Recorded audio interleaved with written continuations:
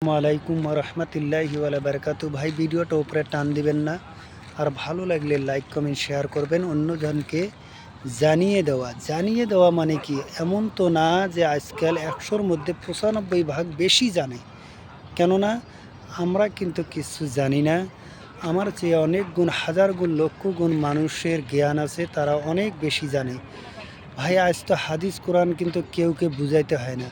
কেননা যদি কেউকে বুঝাতে যান, বলে তোমার চেয়ে আমি বেশি জানি।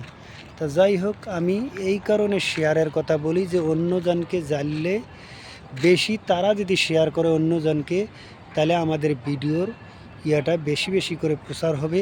আর আমরা নতুনকে আমাদেরকে সাপোর্ট করলে আমরাও তাদেরকে সাপোর্ট করব। কেননা যত বেশি সাপোর্ট করবেন আর তারাও তত বেশি তোমাদেরকে সাপোর্ট করবে। কারো ভিডিওতে হিংসা করবেন না, এটা হলো তোমাদের কাজ। বেশি বেশি শেয়ার, লাইক, কমেন্ট করা, অন্যজনকে পাঠিয়ে দেওয়া, যাতে শেয়ার করলে অন্যজনও যত আর একজনকে শেয়ার করতে পারে, তাহলে ভিডিওটা বেশি বেশি করে প্রচার হবে, নয়া লোককে সাপোর্ট হয়ে যাবে। আর বেশি বেশি করে নতুনকে তোমরা যদি সাপোর্ট করেন, তাহলে তোমাদেরকে সাপোর্ট করবে।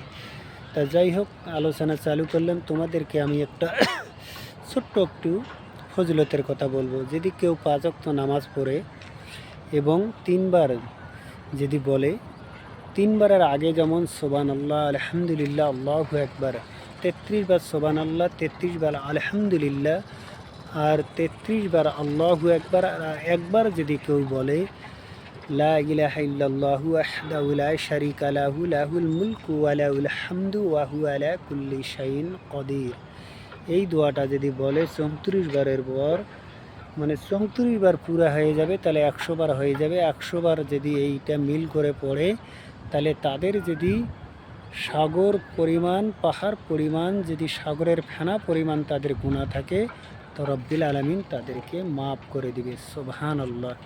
আমরা কিন্তু ভাই বেশিরভাগ দেখি, আমি যেটা নামাজ পড়তে, যে মানুষ সুবহানাল্লাহ, আলহামদুলিল্লাহ, আল্লাহু আকবার বেশি বলে না, কেউ 10 বার বলে। 10 বার এসেছে হাদিসে, কিন্তু বেশিরভাগ 33 বার এসেছে। এই 33 বার যদি তোমরা তেলাওয়াত করেন, আর একটা স্বভাব পাবেন কেমন, সদগায়ে জারিয়া। যেমন আমরা দান করতে পারি না, গরিব মানুষ, আমাদের অভাব বেশি, এটা একটা দানের মতো স্বভাব পাবেন তোমরা। এটাও একটা, যারা গরিব মানুষ তারা সুবহানাল্লাহ, আলহামদুলিল্লাহ, আল্লাহু আকবার 33 বার, 33 বার, 34 বার, তাহলে তোমাদের দানের স্বভাব হয়ে যাবে ইনশাআল্লাহ।